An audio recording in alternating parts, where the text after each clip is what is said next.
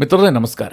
ಮಿತ್ರರೇ, ಇಡೀ ದೇಶ FCRA ಬಿಲ್ ಬಗ್ಗೆ ಕಾಯ್ತಾ ಇದೆ. ಕೆಲವರಿಗೆ ಈ ಬಿಲ್ ಜಾರಿ ಆಗಬಾರ್ದು ಅನ್ನುವಂತಹ ಬಯಕೆ ಇದ್ರೆ, ಇನ್ನು ಕೆಲವರಿಗೆ ಶತಾಯಗತಾಯ ಈ ಬಿಲ್ ಪಾಸ್ ಆಗಲೇಬೇಕು, ಮೋದಿ ಸರ್ಕಾರ ಯಾವ ಕಾರಣಕ್ಕೂ ಹಿಂದೆ ಹೆಜ್ಜೆ ಇಡಬಾರದು ಅನ್ನುವಂತಹ ಬಲವಾದಂತಹ ಬಯಕೆ ಇದೆ. ಇವತ್ತಿನವರೆಗೂ ಕೂಡ ನಾನು ಸಹ ನಂಬಿದ್ದೆ ಈ ಬಿಲ್ ಇದೇ ಅಧಿವೇಶನದಲ್ಲಿ ಪಾಸ್ ಆಗುವಂತಹ ಸಾಧ್ಯತೆಗಳಿದಾವೆ ಅಂತ. ಆದರೆ ಇವತ್ತಾದಂತಹ ಕೆಲ ಬೆಳವಣಿಗೆಗಳು, ಕೇಂದ್ರ ಸರ್ಕಾರದ ಕಡೆಯಿಂದ ಬರ್ತಾ ಇರುವ ಕೆಲ ಸುದ್ದಿಗಳು, ಇದನ್ನೆಲ್ಲ ನೋಡಿದಂತಹ ಸಂದರ್ಭದಲ್ಲಿ FCRA ಬಿಲ್ ವಿಚಾರದಲ್ಲಿ ಕೇಂದ್ರ ಸರ್ಕಾರ ಬಹಳ ದೊಡ್ಡ ಯೂ ಟರ್ನ್ ಅನ್ನು ತೆಗೆದುಕೊಳ್ತಾ ಇದೆ.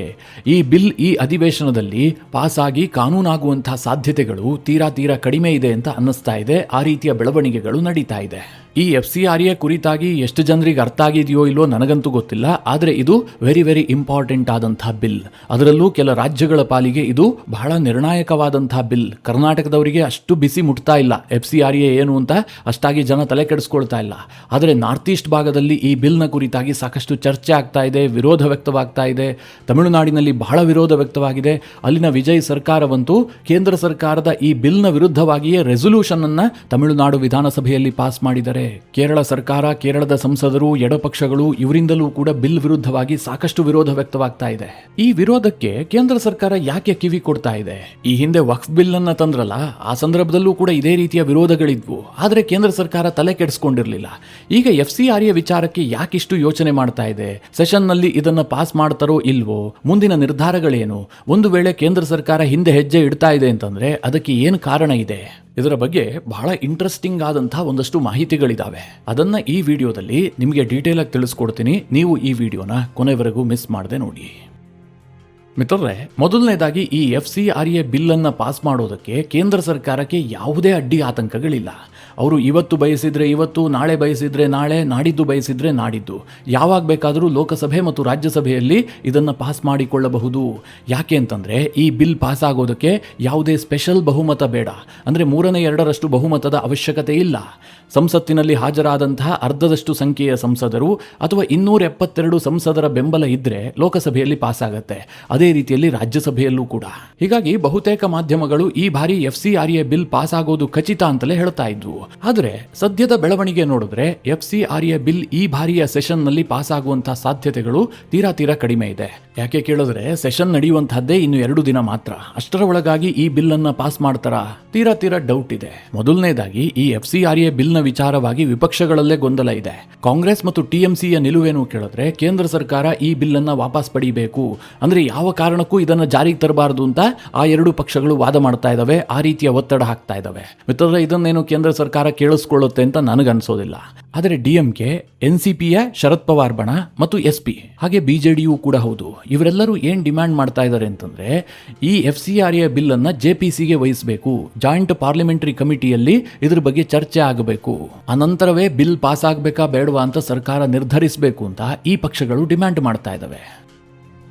ಸರ್ಕಾರ ಈಗ ಈ ಡಿಮ್ಯಾಂಡ್ಗೆ ಒಪ್ಪಿಕೊಳ್ಳುವಂತಹ ಸಾಧ್ಯತೆ ಇದೆ ಅಂತ ಹೇಳಲಾಗ್ತಾ ಇದೆ. ಕೇಂದ್ರ ಸರ್ಕಾರದ ಮೂಲಗಳು ಇದನ್ನು ಖಚಿತಪಡಿಸ್ತಾ ಇದ್ದಾವೆ.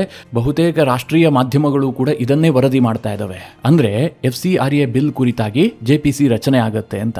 ಇದು ಸ್ವಲ್ಪ ಆಶ್ಚರ್ಯ ಅಂತ ಅನಿಸಿದ್ರೂ ಕೂಡ ಇದರ ಹಿಂದೆ ಬಹಳ ದೊಡ್ಡ ತಂತ್ರಗಾರಿಕೆ ಇದೆ.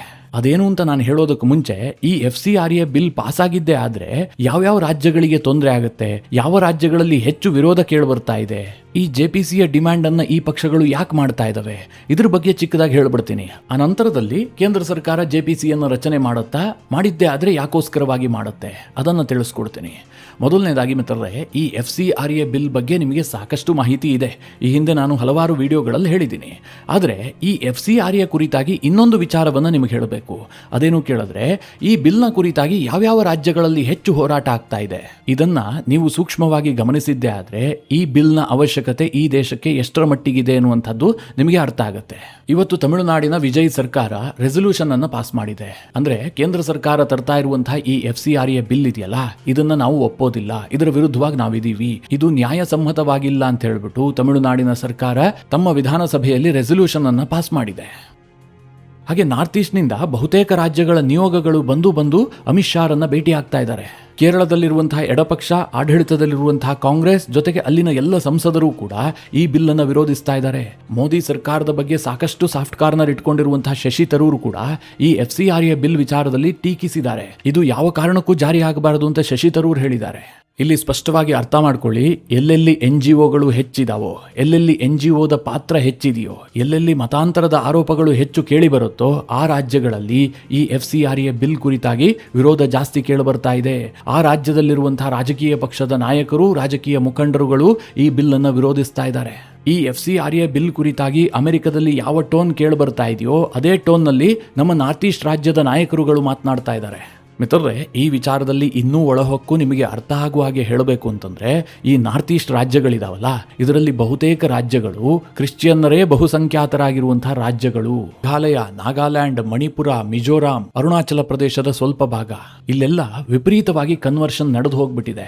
ಈ ಹಿಂದೆ ಅಲ್ಲಿ ಬುಡಕಟ್ಟು ಸಮುದಾಯ ಇತ್ತು, ಅನಂತರ NGOಗಳು ಎಂಟ್ರಿ ಕೊಟ್ಟು ಈ NGOಗಳು ಅಲ್ಲಿ ಮತಾಂತರ ಮಾಡಿ ಇಡೀ ಒಂದೊಂದು ರಾಜ್ಯವನ್ನೇ ಕ್ರಿಶ್ಚಿಯನ್ನರೇ ಬಹುಸಂಖ್ಯಾತರಾಗಿರುವಂತಹ ರಾಜ್ಯವನ್ನಾಗಿ ಮಾಡಿಬಿಟ್ಟಿದೆ. ಅಲ್ಲೆಲ್ಲ ಈ ಮೊದಲು ಬುಡಕಟ್ಟು ಸಮುದಾಯಗಳಿದ್ವು, ಅವರದೇ ಆದಂತಹ ಸಂಸ್ಕೃತಿ ಇತ್ತು, ಅದಕ್ಕೋಸ್ಕರವಾಗಿ ಚಿಕ್ಕ ಪುಟ್ಟ ರಾಜ್ಯಗಳು ನಿರ್ಮಾಣ ಆಗಿದ್ವು.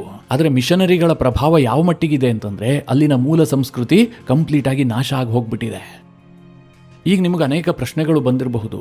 ಈ ಸಂದರ್ಭದಲ್ಲಿ FCRA ಬಿಲ್ ತಂದಿದ್ದೆ ಆದ್ರೆ ಅಲ್ಲಿನ ಚಿತ್ರಣ ಏನಾದ್ರೂ ಬದಲಾಗುತ್ತಾ? ಡೆಮೋಗ್ರಫಿ ಚೇಂಜ್ ಮಾಡೋದಕ್ಕೆ ಸಾಧ್ಯ ಇಲ್ಲ. NGOಗಳು ಅವ್ರ ಕೆಲಸವನ್ನು ಅವರು ಮಾಡಿ ಮುಗಿಸಾಗಿದೆ, ಇನ್ನೇನಿದೆ ಬಿಲ್ನ ಅವಶ್ಯಕತೆ ಅಂತ. ಇವತ್ತು ಈ FCRA ಬಿಲ್ ಕುರಿತಾಗಿ ಅಮೆರಿಕ ವಿರೋಧ ವ್ಯಕ್ತ ಮಾಡ್ತಾ ಇದೆ ಅಂದ್ರೆ ಅರ್ಥ ಮಾಡ್ಕೊಳ್ಳಿ, ಅಮೆರಿಕದ ಬಹಳ ದೊಡ್ಡ ಉದ್ದೇಶ ಇರುವಂತಹದ್ದು ಭಾರತದ ನಾರ್ತ್ ಈಸ್ಟ್ ಇದೆಯಲ್ಲ, ಈ ಭಾಗದಲ್ಲಿ ಕ್ರಿಶ್ಚಿಯನ್ನರು ಬಹುಸಂಖ್ಯಾತರಾಗಿರುವಂತಹ ಒಂದು ದೇಶವನ್ನು ನಿರ್ಮಾಣ ಮಾಡಬೇಕು, ಅದು ಅಮೆರಿಕದ ಕೈಗೊಂಬೆ ಆಗಿರಬೇಕು ಅನ್ನುವಂಥದ್ದು ಅವರ ಉದ್ದೇಶ. ಶೇಖ್ ಹಸೀನಾ ಅಧಿಕಾರವನ್ನು ಕಳೆದುಕೊಂಡಿದ್ಯಾಕೆ? ಶೇಖ್ ಹಸೀನಾ ಇದಕ್ಕೆ ಅವಕಾಶ ಕೊಟ್ಟಿಲ್ಲ. ಹೀಗಾಗಿ ಶೇಖ್ ಹಸೀನಾ ಅಮೆರಿಕದ ಟಾರ್ಗೆಟ್ ಆಗಿದ್ರು. ಅಲ್ಲಿನ NGOಗಳಿಗೆ ಅಮೆರಿಕ ಫಂಡ್ ಮಾಡ್ತು, ಅಲ್ಲಿ ಪ್ರತಿಭಟನೆ ಆಯಿತು, ಬಾಂಗ್ಲಾದಲ್ಲಿರುವಂತಹ ಸರ್ಕಾರ ಬಿದ್ದೋಯ್ತು. ಈಗ ಭಾರತವು ಕೂಡ ತನ್ನ ಕಾನೂನನ್ನು ಟೈಟ್ ಮಾಡ್ತಾ ಇದೆ. ಭಾರತದಲ್ಲಿರುವಂತಹ NGOಗಳಿಗೆ ಹಣ ಕೊಡೋದಕ್ಕೆ ಸಾಧ್ಯ ಇಲ್ಲ. ನಾರ್ತ್ ಈಸ್ಟ್ ನಲ್ಲಿ ಅರಾಜಕತೆಯನ್ನು ಸೃಷ್ಟಿ ಮಾಡಿ ಆ ಪ್ರದೇಶದ ಮೇಲೆ ಹಿಡಿತ ಸಾಧಿಸೋದಕ್ಕೆ ಸಾಧ್ಯ ಆಗೋದಿಲ್ಲ ಅಂತ ಅಮೆರಿಕಾಗೆ ಅರ್ಥ ಆಗ್ತಿದ್ದ ಹಾಗೆ ಈ FCRA ಬಿಲ್ ವಿರುದ್ಧವಾಗಿ ಅಮೆರಿಕ ಧ್ವನಿ ಎತ್ತುತ್ತಾ ಇದೆ. ಹಾಗೆ ಕೇರಳ ಮತ್ತು ತಮಿಳುನಾಡಿನಲ್ಲಿ ಈ ಮಿಷನರಿಗಳ ಪಾತ್ರ ಯಾವ ರೀತಿಯಾಗಿದೆ ಅಂತ ನಿಮಗೆಲ್ಲ ಗೊತ್ತು, ಅದ್ರ ಬಗ್ಗೆ ನಾನು ವಿವರಿಸೋದಕ್ಕೆ ಹೋಗೋದಿಲ್ಲ. ಈ ಸಂದರ್ಭದಲ್ಲೇ ಇನ್ನೊಂದು ಮಾತನ್ನು ಹೇಳಬೇಕು. ಇವತ್ತು ಅಮೆರಿಕ ದೊಡ್ಡ ಧ್ವನಿಯಲ್ಲಿ ಹೇಳ್ತಾ ಇದೆಯಲ್ಲ, FCRA ಬಿಲ್ ತಂದ್ರೆ ಅದು ಕ್ರಿಶ್ಚಿಯನ್ನರ ವಿರುದ್ಧವಾದಂತಹ ಬಿಲ್, ಯಾವ ಕಾರಣಕ್ಕೂ ಭಾರತದಲ್ಲಿ ಇದು ಜಾರಿ ಆಗಬಾರದು, ಇದು ಅಮೆರಿಕ ಮತ್ತು ಭಾರತದ ದ್ವಿಪಕ್ಷೀಯ ಸಂಬಂಧಕ್ಕೆ ತೊಂದರೆ ಆಗುತ್ತೆ ಎನ್ನುವ ರೀತಿಯಲ್ಲಿ ಅಮೆರಿಕದ ಸಂಸದರುಗಳಿಂದ ಭಾರತಕ್ಕೆ ಬೆದರಿಕೆ ಬರ್ತಾ ಇದೆಯಲ್ಲ. ಹಾಗಾದ್ರೆ ಅಮೆರಿಕದಲ್ಲಿ ಈ ರೀತಿಯ ಕಾನೂನುಗಳಿಲ್ವಾ? ಭಾರತ ಬೇಕಾಬಿಟ್ಟಿಯಾಗಿ ಅಮೆರಿಕಾಗೆ ಹಣ ಕೊಟ್ಬಿಟ್ಟು ಅಲ್ಲಿ ಹಿಂದೂ ಧರ್ಮದ ಮಿಷನರಿಗಳನ್ನು ನಡೆಸೋದಕ್ಕೆ ಅವಕಾಶ ಇದೆಯಾ ಕೇಳಿದ್ರೆ ಖಂಡಿತವಾಗ್ಲೂ ಇಲ್ಲ. ಅಮೆರಿಕದಲ್ಲಿ ಈ ಫಾರಿನ್ ಫಂಡ್ ಸಲುವಾಗಿ FARA ಎನ್ನುವಂತಹ ಕಾನೂನಿದೆ. ಆಸ್ಟ್ರೇಲಿಯಾದಲ್ಲಿ FITS ಅನ್ನುವಂತಹ ಕಾನೂನಿದೆ. ಬ್ರಿಟನ್ನಲ್ಲೂ ಕೂಡ FIRS ಅನ್ನುವಂತಹ ಕಾನೂನಿದೆ. ಬಹುತೇಕ ಯುರೋಪ್ ರಾಷ್ಟ್ರಗಳಲ್ಲಿ ಈ ರೀತಿಯ ಕಾನೂನಿದೆ. ವಿದೇಶಗಳಿಂದ ಬರುವಂತಹ ಹಣವನ್ನ ಅವರು ರೆಗ್ಯುಲೇಟ್ ಮಾಡ್ತಾರೆ, ಮಾಡಲೇಬೇಕು ಕೂಡ. ಆದರೆ ಭಾರತ ಇದನ್ನು ರೆಗ್ಯುಲೇಟ್ ಮಾಡುತ್ತೆ. ನಮ್ಮ ದೇಶದಲ್ಲಿ ಅರಾಜಕತೆ ಸೃಷ್ಟಿಸೋದಕ್ಕೆ ಅಥವಾ ನಮ್ಮ ದೇಶದ ವ್ಯವಸ್ಥೆಯನ್ನು ಹಾಳು ಮಾಡೋದಕ್ಕೆ ಫಾರಿನ್ ಫಂಡ್ ಬಳಕೆ ಆಗಬಾರ್ದು, ಇಲ್ಲಿನ NGOಗಳನ್ನು ದುರುಪಯೋಗ ಪಡಿಸಿಕೊಳ್ಳಬಾರ್ದು ಅನ್ನುವಂಥ ಉದ್ದೇಶದಿಂದ ಕೇಂದ್ರ ಸರ್ಕಾರ ಈ ಕಾನೂನನ್ನು ತರೋದಕ್ಕೆ ಹೊರಟ್ರೆ ಅವರಿಗೆ ಅಪತ್ಯ ಆಗ್ತಾ ಇದೆ. ಅಮೆರಿಕದವರಿಗೆ ಸಹಿಸಿಕೊಳ್ಳೋದಕ್ಕಾಗ್ತಾ ಇಲ್ಲ. ಯಾಕೆ ಕೇಳಿದ್ರೆ ಅವರ ಉದ್ದೇಶ ಬೇರೆ ರೀತಿಯಾಗಿದೆ. ಇದಕ್ಕಿಂತ ಇಂಪಾರ್ಟೆಂಟ್ ಇನ್ನೊಂದು ವಿಚಾರ ಹೇಳಬೇಕು ಅಂತಂದರೆ, ನೀವು ಒಂದು ಗಮನಿಸಿ, ಇವತ್ತು ಭಾರತದಲ್ಲಿ ಎಲ್ಲೆಲ್ಲಿ ನ್ಯಾಚುರಲ್ ರಿಸೋರ್ಸ್ ಇದೆಯಲ್ಲ, ಇದು ತುಂಬ ರಿಚ್ ಆಗಿದೆಯೋ ಅಂತಹ ಪ್ರದೇಶಗಳಲ್ಲಿ ಈ NGOಗಳು ಹೆಚ್ಚು ಆಕ್ಟಿವ್ ಆಗಿರ್ತವೆ. ಸರ್ಕಾರ ಆ ನ್ಯಾಚುರಲ್ ರಿಸೋರ್ಸ್ ಜಾಸ್ತಿ ಇರುವಂತಹ ಪ್ರದೇಶದಲ್ಲಿ ಗಣಿಗಾರಿಕೆ ಆಗಲಿ ಅಥವಾ ಯಾವುದೋ ಒಂದು ಡೆವಲಪ್ಮೆಂಟ್ ಪ್ರೋಗ್ರಾಮ್ ಅನ್ನಾಗಲಿ ಏನೋ ಒಂದು ಕೈಗೆತ್ತಿಕೊಳ್ಳುತ್ತೆ ಅಂತ ಅಂದುಕೊಳ್ಳಿ, ತಕ್ಷಣ ಪ್ರತಿಭಟನೆಗಳು ಭುಗಿಲೇಳ್ತವೆ. ಅದರಿಂದಾಗಿ ಸರ್ಕಾರದ ಯೋಜನೆಗಳು ವಿಳಂಬ ಆಗುತ್ತೆ, ಇಲ್ಲದೆ ಹೋದರೆ ಸರ್ಕಾರವೇ ಬದಲಾಗುತ್ತೆ ಅಥವಾ ಸರ್ಕಾರ ಆ ಯೋಜನೆಯಿಂದ ಹಿಂದೆ ಸರಿಯುತ್ತೆ. ಅಂದರೆ ಭಾರತದಲ್ಲಿರುವಂತಹ ನ್ಯಾಚುರಲ್ ರಿಸೋರ್ಸ್ ಇದೆಯಲ್ಲ, ಇದರ ಮೇಲೆ ಫಾರಿನ್ ಹಿಡಿತ ಜಾಸ್ತಿ ಇದೆ. ಅದು ಯಾರ ಮೂಲಕವಾಗಿ ಅಂತಂದ್ರೆ ಈ NGO ಮೂಲಕವಾಗಿ. ಈ NGOಗಳಿಗೆ ಫಾರಿನ್ನಿಂದ ಫಂಡ್ ಬರುತ್ತೆ. ಇಲ್ಲೊಂದು ಸೂಕ್ಷ್ಮ ಅರ್ಥ ಮಾಡ್ಕೊಳ್ಳಿ, ಆ ಹೋರಾಟದಲ್ಲಿ ಭಾಗಿಯಾಗ್ತಾರಲ್ಲ ಅವರೆಲ್ಲರೂ ಕೂಡ ಫಾರಿನ್ ಹ್ಯಾಂಡ್ಸ್ ಜೊತೆಗೆ ಕೈ ಜೋಡಿಸಿರ್ತಾರೆ ಅಂತ ನಾನು ಹೇಳ್ತಾ ಇಲ್ಲ. ಅವರನ್ನು ಇನ್ಫ್ಲೂಯೆನ್ಸ್ ಮಾಡುವಂತಹ ಒಬ್ಬ ಪರ್ಸನ್ ಇರ್ತಾನೆ, ಆತ ಫಾರಿನ್ ಲಿಂಕ್ ಅನ್ನು ಹೊಂದಿರ್ತಾನೆ, ಆತನಿಗೆ ಫಂಡಿಂಗ್ ಆಗ್ತಾ ಇರುತ್ತೆ. ಆತ ಇಲ್ಲೇನು ಮಾಡ್ತಾನೆ, ಪ್ರಕೃತಿಯ ಹೆಸರಿನಲ್ಲಿ ಅಥವಾ ದೇಶದ ನೈಸರ್ಗಿಕ ಸಂಪನ್ಮೂಲ ಹಾಳಾಗ್ತಾ ಇದೆ ಎನ್ನುವಂತಹ ಹೆಸರಿನಲ್ಲಿ ಅಥವಾ ಧಾರ್ಮಿಕತೆಯ ಆಧಾರದಲ್ಲಿ ಇದು ಯಾವುದಾದ್ರೂ ಒಂದು ವಿಚಾರವನ್ನು ಇಟ್ಟುಕೊಂಡು ಇಲ್ಲಿನ ಜನರ ಭಾವೋದ್ವೇಗವನ್ನು ಹೆಚ್ಚು ಮಾಡಿ ಇಲ್ಲಿ ಪ್ರತಿಭಟನೆಯ ಕಿಚ್ಚನ್ನು ಹತ್ತಿಸಲಾಗತ್ತೆ. ಈ NGOಗಳಿದೆಯಲ್ಲ, ಇದು ಅಭಿವೃದ್ಧಿಶೀಲ ರಾಷ್ಟ್ರಗಳನ್ನು ಕಂಟ್ರೋಲ್ ಮಾಡೋದಕ್ಕೆ ವಿದೇಶಗಳಿಗಿರುವಂತಹ ಬಹಳ ದೊಡ್ಡ ಅಸ್ತ್ರ. ನಮ್ಮಂತಹ ದೇಶದಲ್ಲಿ ಬಡತನವೂ ಇದೆ, ದಡ್ಡತನವೂ ಕೂಡ ಇದೆ. ಅಮೆರಿಕದಂತಹ ದೇಶದಲ್ಲಿ ಬಿಲಿಯನಿಯರ್ಸು ಇರ್ತಾರೆ, ಟ್ರಿಲಿಯನಿಯರ್ಸ್ಗಳು ಕೂಡ ಹುಟ್ಕೊಂಡಿದ್ದಾರೆ. ಈಗ ಇಲಾನ್ ಮಾಸ್ಕ್, ಆತ ವಿಶ್ವದ ಮೊದಲ ಟ್ರಿಲಿಯನಿಯರ್. ಆತ 5 ತಲೆಮಾರುಗಳಿಂದ ಅಮೆರಿಕದಲ್ಲಿ ಬಿಸ್ನೆಸ್ ಮಾಡಿಕೊಂಡು ಆತನ ಕುಟುಂಬ ಇವತ್ತು ಆ ಹಂತಕ್ಕೆ ಹೋಗಿದೆ ಅಂತಂದ್ರೆ ಒಪ್ಕೊಳ್ಬಹುದಿತ್ತು. ಹಾಗೇನಿಲ್ಲ, ಆತ ನೋಡ್ತಿದ್ದಂತೆ ಶಿಖರ ಏರದಂತಹ ಮನುಷ್ಯ. ಆ ಇಲಾನ್ ಮಾಸ್ಕ್ ವಿರುದ್ಧವಾಗಿ ಅಮೆರಿಕದಲ್ಲಿ ಒಂದೇ ಒಂದು ಘೋಷಣೆಗಳು ಕೇಳಬರೋದಿಲ್ಲ. ಅಮೆರಿಕದಲ್ಲಿ ಯಾರೂ ಕೂಡ ಇಲಾನ್ ಮಾಸ್ಕ್ ಇಷ್ಟೊಂದು ಶ್ರೀಮಂತ ಆಗಿದ್ಯಾಕೆ, ಅವನ ಹಣವನ್ನ ಅಮೆರಿಕ ಸರ್ಕಾರ ವಶಪಡಿಸಿಕೊಳ್ಬೇಕು, ಹೀಗೆಲ್ಲ ಹೇಳೋದೇ ಇಲ್ಲ. ಅದನ್ನ ಎಂಜಾಯ್ ಮಾಡ್ತಾರೆ. ಆದ್ರೆ ಭಾರತದಲ್ಲಿ ಏನಾಗತ್ತೆ ಹೇಳಿ, ಇಲ್ಲಿ ಈ NGOಗಳು ಒಂದು ಪ್ರೊಪಗೆಂಡಾ ಬಿಲ್ಡ್ ಮಾಡ್ತವೆ. ನಮ್ಮಲ್ಲಿ ಯಾರಾದರೂ ಶ್ರೀಮಂತರಾಗ್ತಾರೆ, ಯಾರಾದರೂ ಬಿಸ್ನೆಸ್ ಮ್ಯಾನ್ಗಳು ಯಶಸ್ಸನ್ನು ಗಳಿಸ್ತಾ ಇದ್ದಾರೆ, ಅವರ ಕಂಪನಿ ಬೆಳೀತಾ ಇದೆ ಅಂತಂದ್ರೆ ಅವರ ವಿರುದ್ಧ ನಿರಂತರವಾಗಿ ನರೇಟಿವ್ ಬಿಲ್ಡ್ ಮಾಡಲಾಗುತ್ತೆ. ಈಗ ಉದಾಹರಣೆಗೆ ಅಂಬಾನಿ, ಅದಾನಿ ಅಂತ ತಿಳ್ಕೊಳ್ಳಿ. ಅವರು ಮೋಸದಿಂದಲೇ ದುಡ್ಡು ಮಾಡ್ತಾ ಇದ್ದಾರೆ ಎನ್ನುವಂತಹ ಕಲ್ಪನೆಯನ್ನ ಜನರ ಮನಸ್ಸಿಗೆ ಬೇರೂರುವಂತೆ ಮಾಡಲಾಗ್ತಾ ಇದೆ. ಆ್ಯಕ್ಚುಲಿ ಅವರು ಬೆಳೆಯೋದ್ರಿಂದ ದೇಶದ ಆರ್ಥಿಕತೆಯೂ ಬೆಳೆಯುತ್ತೆ, ದೇಶದ ಅನೇಕರಿಗೆ ಉದ್ಯೋಗ ಸೃಷ್ಟಿಯಾಗುತ್ತೆ, ನಾವು ಅನೇಕ ವಿಚಾರಗಳಲ್ಲಿ ಸಾಧನೆ ಮಾಡೋದಕ್ಕೆ ಅನುಕೂಲ ಆಗುತ್ತೆ ಅಂತ ಯೋಚನೆ ಮಾಡ್ತಾ ಇಲ್ಲ. ಆ ರೀತಿಯಾಗಿ ಇಲ್ಲಿನ ಬಡ ಜನರ ಮೈಂಡ್ ಸೆಟ್ ಅನ್ನ ರೆಡಿ ಮಾಡಿಡಲಾಗಿದೆ. ನಾನು ಯಾಕೆ ಇದನ್ನೆಲ್ಲ ವಿವರಿಸಿ ಹೇಳಿದೆ ಅಂತಂದರೆ, ಇವತ್ತು NGOಗಳು ಇಷ್ಟೊಂದು ವ್ಯಾಪಕವಾಗಿ ನಮ್ಮ ವ್ಯವಸ್ಥೆಯನ್ನು ಆವರಿಸಿಕೊಂಡಿದ್ದಾವೆ. ನಮ್ಮ ಶಿಕ್ಷಣ ವ್ಯವಸ್ಥೆ ಸಾಕಷ್ಟು ಕಲುಷಿತಗೊಳ್ತಾ ಇದೆ. ನಮ್ಮ ಯಂಗ್ ಜನರೇಷನ್ ಮೈಂಡ್ ಇದೆಯಲ್ಲ, ಇದನ್ನು ವಿದೇಶಗಳು ಆವರಿಸಿಕೊಳ್ತಾ ಇದ್ದಾವೆ. ಇದಕ್ಕಾಗಿ ಮೊನ್ನೆ ರಾಷ್ಟ್ರೀಯ ಭದ್ರತಾ ಸಲಹೆಗಾರ ಅಜಿತ್ ದೋವಲ್ ಮಾರ್ಮಿಕವಾಗಿ ಈ ದೇಶಕ್ಕೆ ಸಂದೇಶ ಕೊಟ್ಟಿದ್ದು, ನಮ್ಮ ದೇಶ ಅಭಿವೃದ್ಧಿ ಆಗೋದನ್ನು, ಅಂದರೆ ಭಾರತ ಡೆವಲಪ್ ಆಗೋದನ್ನು ವಿಶ್ವದ ಎಲ್ಲ ರಾಷ್ಟ್ರಗಳು ಮುಕ್ತವಾಗಿ ನೋಡ್ತವೆ, ಸ್ವಾಗತಿಸ್ತವೆ ಅಂತ ನಾವು ಭಾವಿಸಬಾರ್ದು. ಭಾರತದ ಅಭಿವೃದ್ಧಿಯ ವೇಗಕ್ಕೆ ಕಡಿವಾಣ ಹಾಕೋದಕ್ಕೆ ವಿಶ್ವದ ಕೆಲ ದೇಶಗಳು ಕೂಡ ಕಾಯ್ತಾ ಇದ್ದಾವೆ. ನಮ್ಮ ದೇಶದಲ್ಲೂ ಕೂಡ ಕೆಲ ಪ್ರಜೆಗಳು ನಿರಂತರವಾಗಿ ಯತ್ನ ಮಾಡ್ತಾ ಇರ್ತಾರೆ. ಹೀಗಂತ ಒಂದು ಎಚ್ಚರಿಕೆಯ ಮಾತುಗಳನ್ನು ಹೇಳಿದ್ರು. ಅಂದರೆ ನೀವು ಅರ್ಥ ಮಾಡ್ಕೊಳ್ಳಿ, ನಮ್ಮ ವ್ಯವಸ್ಥೆಯ ಒಳಗೆ ಈ ಶಕ್ತಿಗಳು ಬಹಳ ಆಳದವರೆಗೆ ಬೇರು ಬಿಟ್ಟಿದ್ದಾವೆ. ಇಂತಹ ಪರಿಸ್ಥಿತಿಯಲ್ಲಿ ಕೇಂದ್ರ ಸರ್ಕಾರ FCRA ಬಿಲ್ ಅನ್ನು ಪಾಸ್ ಮಾಡಿ ಆ ಕಾನೂನನ್ನು ದೇಶಾದ್ಯಂತ ಜಾರಿಗೆ ತಂದಿದ್ದೆ ಆದರೆ ಅನೇಕರ ಪುಂಗಿ ಬಂದಾಗತ್ತೆ. ಈ NGOಗಳಿಗೆ ಎನರ್ಜಿ ಸಪ್ಲೈ ಮಾಡುವಂತಹ ಆ ನರನಾಡಿಗಳೇ ಕಟ್ಟಾಗ್ಬಿಡ್ತವೆ. ಹೀಗಾಗಿ ಇದಕ್ಕೆ ಇಷ್ಟೊಂದು ವಿರೋಧ. ಈಗಿರುವಂತಹ ಪ್ರಶ್ನೆ ಏನು ಕೇಳಿದ್ರೆ, ಈ ವಿರೋಧಕ್ಕೆ ಕೇಂದ್ರ ಸರ್ಕಾರ ಮಣಿಯುತ್ತಾ, ಈ ಕಾನೂನನ್ನು ವಾಪಸ್ ಪಡೆಯುತ್ತಾ ಅಂತ. ಮಿತ್ರರೇ, ಸದ್ಯದ ಮಾಹಿತಿಯ ಪ್ರಕಾರ ನಿಮಗಾಗಲೇ ಹೇಳಿದ ಹಾಗೆ ಕೇಂದ್ರ ಸರ್ಕಾರ ಈ ವಿಚಾರದಲ್ಲಿ ಹಿಂದೆ ಸರಿಯೋದಿಲ್ಲ. ಈ ಕಾನೂನು ಜಾರಿಯಾಗುವಂತಹದ್ದು ಫಿಕ್ಸ್. 2 ತಿಂಗಳು ಲೇಟ್ ಆಗಬಹುದು, 3 ತಿಂಗಳು ಲೇಟ್ ಆಗಬಹುದು. ಬಿಲ್ ಜಾರಿಯಾಗುವಂಥದ್ದಂತೂ ಫಿಕ್ಸ್. ಯಾಕೆ ಲೇಟ್ ಆಗುತ್ತೆ? 2-3 ತಿಂಗಳ ಕಾಲಾವಕಾಶ ಯಾಕೆ ಕೇಳಿದ್ರೆ, ಕೇಂದ್ರ ಸರ್ಕಾರ JPC ರಚನೆಯ ಕಡೆಗೆ ಒಲವು ತೋರಿಸ್ತಾ ಇದೆ ಎನ್ನುವಂತಹ ಸುದ್ದಿಗಳಿದ್ದಾವೆ. ಇದೇ ಫೈನಲ್ ಅಂತ ನಾನು ಹೇಳ್ತಾ ಇಲ್ಲ. ಇದೇ ಅಧಿವೇಶನದಲ್ಲಿ ಈ ಬಿಲ್ ಪಾಸಾದರೂ ಕೂಡ ಆಶ್ಚರ್ಯ ಇಲ್ಲ. ಆದರೆ ಕೆಲ ಡಾಟ್ಗಳನ್ನು ಕನೆಕ್ಟ್ ಮಾಡಿದ್ರೆ ಕೇಂದ್ರ ಸರ್ಕಾರ JPCಯನ್ನು ರಚಿಸುವಂತಹ ಸಾಧ್ಯತೆಗಳು ಜಾಸ್ತಿ ಇರುವಂತೆ ಕಂಡು ಬರ್ತಾ ಇದೆ. JPCಯನ್ನು ಯಾಕೆ ರಚನೆ ಮಾಡಬೇಕು? ಇದಕ್ಕೆ ಬೇರೆ ಯಾವುದೋ ಪಕ್ಷದ ಬೆಂಬಲ ಬೇಕು ಅನ್ನುವಂತಹ ಅವಶ್ಯಕತೆಯೇ ಇಲ್ವಲ್ಲ. ಸರ್ಕಾರಕ್ಕಿರುವಂತಹ ಬಹುಮತದ ಆಧಾರದಲ್ಲಿ ಧ್ವನಿಮತದಲ್ಲೇ ಈ ಒಂದು ಬಿಲ್ಲನ್ನು ಪಾಸ್ ಮಾಡುವಂತಹ ಸಂದರ್ಭದಲ್ಲಿ JPCಯ ಅವಶ್ಯಕತೆ ಯಾಕೆ? ಈ ಪ್ರಶ್ನೆ ಬಹುತೇಕರಿಗೆ ಬರುತ್ತೆ. ಈಗ ಮಿತ್ರರೇ, ನಾನು ಮೊದಲಿಗೆ ಒಂದು ಮಾತು ಹೇಳಿದೆ. ಈ ಬಿಲ್ನ ವಿಚಾರವಾಗಿ NCPಯ ಶರದ್ ಪವಾರ್ ಬಣ ಹಾಗೂ DMK ಒಂದು ನಿರ್ಧಾರವನ್ನು ಕೈಗೊಂಡಿದ್ದಾವೆ. ಈ ವಿಚಾರವನ್ನು JPCಯಲ್ಲಿ ಇತ್ಯರ್ಥ ಮಾಡಬೇಕು, JPC ರಚನೆ ಆಗಬೇಕು ಅಂತ. ಇದು ಕೇಂದ್ರ ಸರ್ಕಾರದ ಮಾಸ್ಟರ್ ಸ್ಟ್ರೋಕ್. ಈ ಶರದ್ ಪವಾರ್ ಬಣ ಮತ್ತು DMKಯಿಂದ ಕೇಂದ್ರ ಸರ್ಕಾರಕ್ಕೆ ಒಂದು ಕೆಲಸ ಆಗಬೇಕಾಗಿದೆ. ಅದು ಯಾವುದು ಕೇಳಿದ್ರೆ, ಡಿಲಿಮಿಟೇಷನ್ ಬಿಲ್ ಪಾಸ್ ಆಗಬೇಕು. ಅದಕ್ಕೆ NCPಯ ಶರದ್ ಪವಾರ್ ಬಣದ ಬೆಂಬಲವೂ ಅವಶ್ಯಕತೆ ಇದೆ. ಹಾಗೆ DMKಯ ಬೆಂಬಲದ ಅವಶ್ಯಕತೆಯೂ ಕೂಡ ಕೇಂದ್ರ ಸರ್ಕಾರಕ್ಕಿದೆ. ಇಂತಹ ಸಂದರ್ಭದಲ್ಲಿ FCRA ಬಿಲ್ ವಿಚಾರವಾಗಿ ಆ ಪಕ್ಷಗಳು ಮುನಿಸಿಕೊಳ್ಳುವಂತಾದರೆ ಮುಂದೆ ಡಿಲಿಮಿಟೇಷನ್ ಬಿಲ್ ಅನ್ನು ಪಾಸ್ ಮಾಡಿಕೊಳ್ಳೋದು ಕಷ್ಟ ಆಗತ್ತೆ.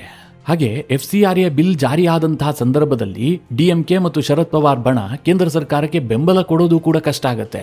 ಯಾಕೆಂದ್ರೆ ಅವರ ರಾಜಕೀಯ ಇರುವಂತಹದ್ದೇ ಅಲ್ಪಸಂಖ್ಯಾತರ ಓಲೈಕೆಯ ರಾಜಕಾರಣ. ಹೀಗಾಗಿ ಅವರು ತಮ್ಮ ತಮ್ಮ ರಾಜ್ಯದಲ್ಲಿ ರಾಜಕಾರಣ ಮಾಡೋದು ಕಷ್ಟ ಆಗುತ್ತಲ್ವಾ. ಇದಕ್ಕೋಸ್ಕರವಾಗಿ ಹಾವು ಸಾಯಬಾರದು, ಕೋಲು ಮುರಿಬಾರದು ಅನ್ನುವಂತಹ ಸೂತ್ರವನ್ನು ಅಮಿತ್ ಶಾ ರಚನೆ ಮಾಡದಂತೆ ಕಂಡು ಬರ್ತಾ ಇದೆ. JPC ರಚಿಸೋದ್ರಿಂದ ಕಳ್ಕೊಳ್ಳೋದೇನೂ ಇಲ್ಲ. JPCಯಲ್ಲಿ ಸಹಜವಾಗಿ ಆಡಳಿತ ಪಕ್ಷದ ಸದಸ್ಯರೇ ಜಾಸ್ತಿ ಇರ್ತಾರೆ. ಜೊತೆಗೆ NDAದ ಬಲವೂ ಕೂಡ ಈಗ ಜಾಸ್ತಿ ಇರೋದ್ರಿಂದಾಗಿ ಅಲ್ಲಿ ವಿಪಕ್ಷಗಳಿಗೆ ಕಡಿಮೆ ಪ್ರಾತಿನಿಧಿತ್ವ ಸಿಗುತ್ತೆ. FCRA ಬಿಲ್ ಕುರಿತಾಗಿ JPC ರಚನೆ ಆಗಿದ್ದೇ ಆದರೆ ಅದಕ್ಕೆ 3 ತಿಂಗಳು 6 ತಿಂಗಳು ಕಾಲಾವಕಾಶವನ್ನು ಕೊಡಲಾಗುತ್ತೆ. ಅಷ್ಟು ತಿಂಗಳ ಕಾಲ ಅವರು ಅದರ ಬಗ್ಗೆ ಚರ್ಚೆ ಮಾಡ್ತಾರೆ, ಕೆಲವೊಂದಷ್ಟು ಮಾರ್ಪಾಡುಗಳನ್ನು ತರುವಂತಹ ಸಾಧ್ಯತೆಗಳಿರುತ್ತೆ.